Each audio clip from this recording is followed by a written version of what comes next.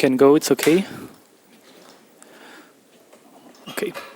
Thanks for joining me today. I'm going to talk about the link between smart cities and blockchain. So the world is moving fast, and the future is urbanized. In 2050, 70% of the population, the world population, will live in cities. And in the next 7 years, we will see 10 more mega cities. The future is urban, and blockchain can be a solution to bring traceability, security, decentralization, and transparency. All of these citizens will also bring a huge amount of data, thanks to connected cars, IoT, sensors, environment sensors, and their own utility usages. So gas, electric, and water consumption.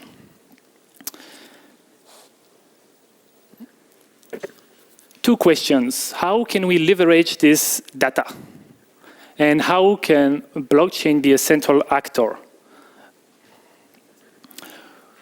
So in my example today, in my presentation, we will explore three things. The first one is decentralized identity, which is useful to identify citizens and to avoid malicious actors, and also useful to create a segmentation.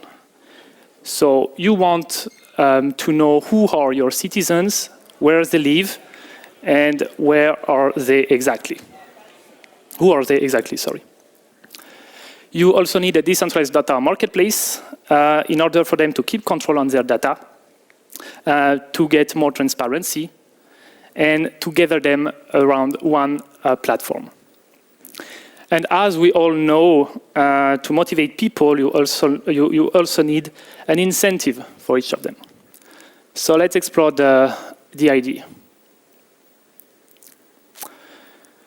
So here I took an example of Alice. Alice needs to be onboarded to create her self-identity.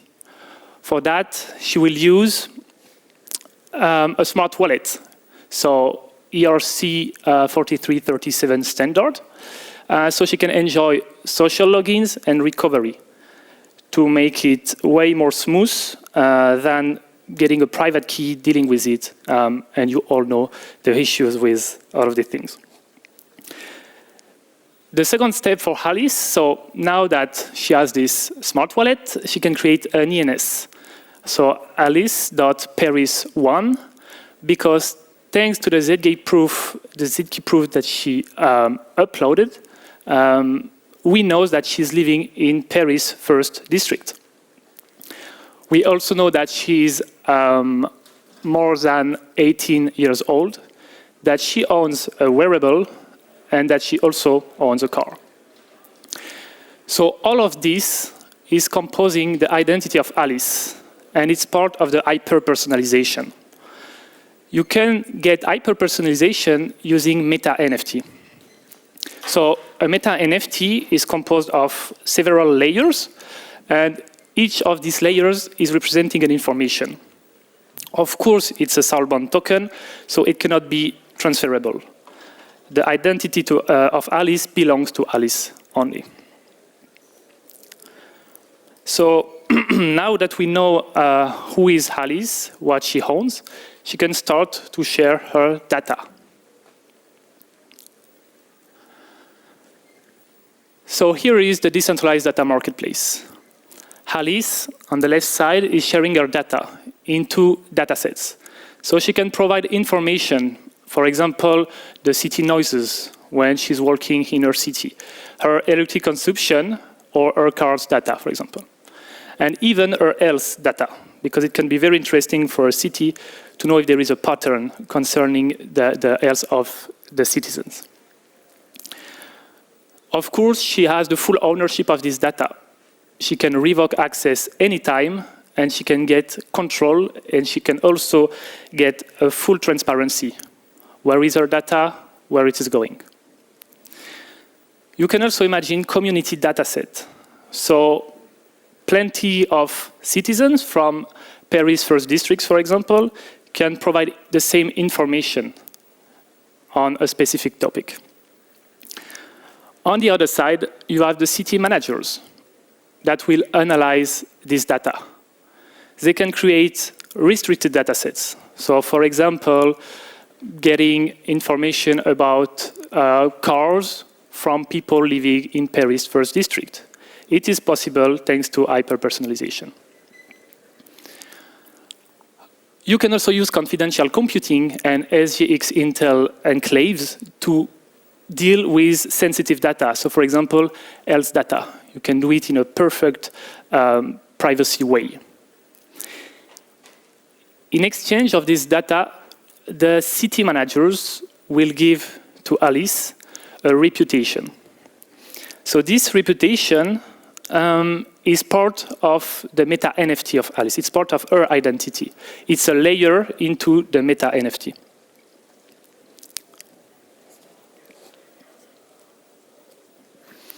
So now, how can we incentivize Alice to do this job? Who knows what this is? Nobody? Okay, this is a coin from ancient Greece. It's called, Pericles, used this coin to do what he called mistos. So mistos was a way to incentivize people, the poorest people of the city, to make them participate into the city life. So if they were voting, if they were debating, if they were saying if something was good or not, they were paid for that. So this is a way to incentivize people, the financial one. And this was probably the first ever reward token existing. But we can imagine several other things. So depending on your reputation score and depending on how you're involved in your city life, you can, of course, enjoy financial one, like infrastructure discount. So if you're participating and you own a car, because we know it now thanks to the Meta NFT, then the city can reward you by giving you discount for parking, or can give you discount for public transportation, for example. And the more you're participating, the more your score is important. You can get a higher power vote for local referendum. So let's say that your district decides to change the bench in a park. It will cost a lot of money, of course. So they are asking citizens, what are they thinking about it? Well, as an involved citizen, you can have more power vote on this decision because you want your city to be better and better, and you showed it. Then you can access to strategic position, such as town hall member, for example, and even a national representative. So what are the advantages of all of these things? Well, it increased the citizens' engagement, so people are more involved, of course, with the incentives, but also thanks to the impact they can have on their city. The city is continuously improved, and you can highlight issues. So politics cannot be blind in front of issues. If you have 10,000 of citizens feeding a data set showing that something is wrong, they cannot be blind. It also increased transparency about data. You know where is your data, how is it used, and who is using it. And something very interesting, this is the last point, and this is where we can change things. You can have a new kind of politics. Instead of getting politics based on how wealthy they are, who they know, which powerful party is pushing them, you can have politics that have to prove that they were engaged in their city before being engaged in politics. So it can be, for example, a condition to access to an election. If you don't have a high Henos reputation score, you cannot go to the election. And like this, you can have only people that care about the city. And you avoid all the people that are just opportunistic or that are also corrupted. So the good news is that it's already possible. So I'm working at Alliance Block, and we are building two interesting things. The first one is the decentralized identity, the Meta NFT technology. So we are able to create these layers that can include any ZK proof inside. On the other side, we also have data tunnel, which is a way to share this data. And we are able to do community data set. So if you want to know more about this project, just visit it.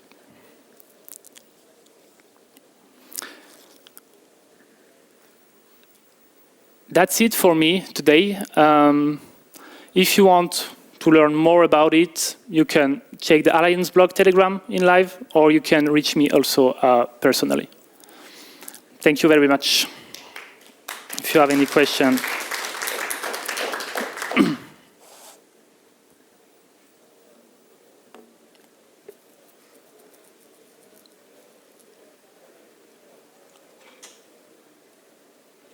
We're good. Any questions?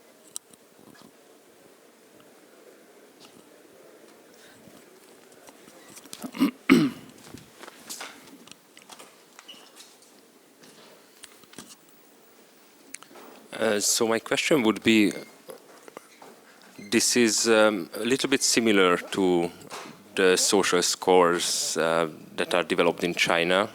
So are you using ZK proofs, and how do you differentiate this? How you avoid possibly negative aspects that could be caused by this in cities?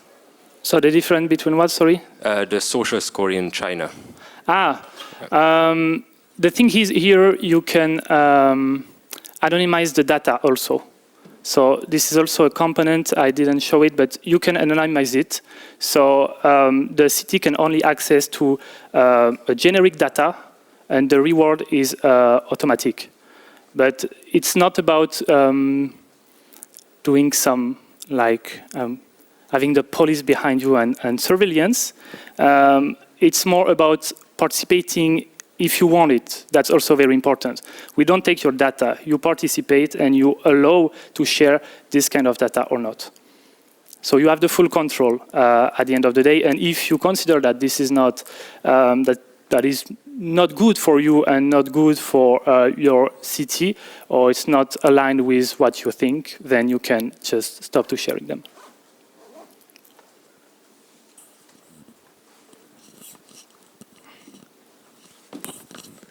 For the incentives, do you think it is a good idea to involve, for example, the business retailers in the cities? Like, I would be getting a discount from the Starbucks or McDonald's and so on.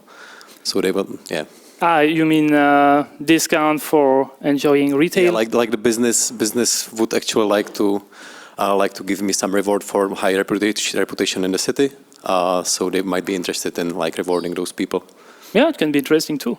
I think it's a good way also to involve them in this. I was very focused more on citizens, but of course you can open it to also retail, of course.